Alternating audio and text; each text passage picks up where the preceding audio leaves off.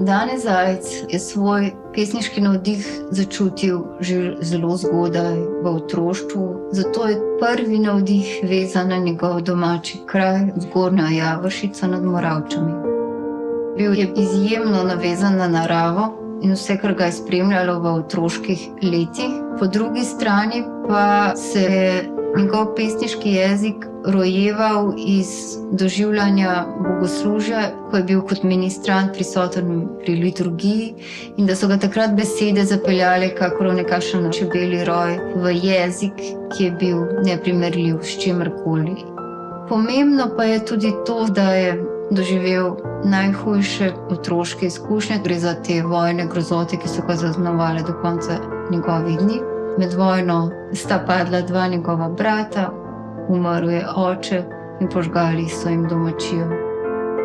Iz vseh omenjenih občutij je nastala prva pesniška zbirka Požgana trava, ki je nepovratno zaznamovala razvoj slovenske moderne poezije.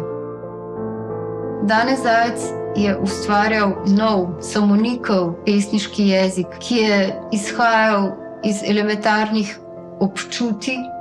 Govorimo o jeziku, ki je zrasel iz osebne groze in pa tudi stiske, globoke osebne samotnosti. In taka poezija je tudi zavračala harmoničnost podob, kakršnekoli estetske smernice ali pravila. Vredno je še omeniti, da je Dane Zajc upodabljal motiviko notranje groze, predvsem pa poosebljene smrti svojevrstnim podobjem, čisto predrugačeno metaforiko in pa zelo kompleksno simboliko, s katero pa moramo priznati, je paradoksalno znal nagovoriti tudi povsem preprostega človeka. Univerzalnost Zajčevega jezika je v tem, da je pozival modernega človeka, da se vda višjim zakonom, da prepozna v sebi smisel lastne eksistence, da prepozna v sebi celo krivdo in da odvrže vse šablone oholosti, napuha in egocentrizma, ki ga je sodobni svet poln.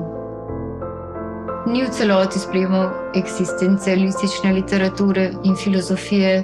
Lahko bi rekli, da je celo zavračal umetnost absurda, sploh pa nihilizem.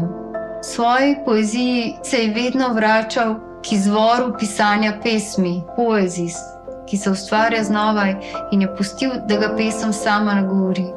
Pisal je potrpežljivo, globoko in neprepogosto.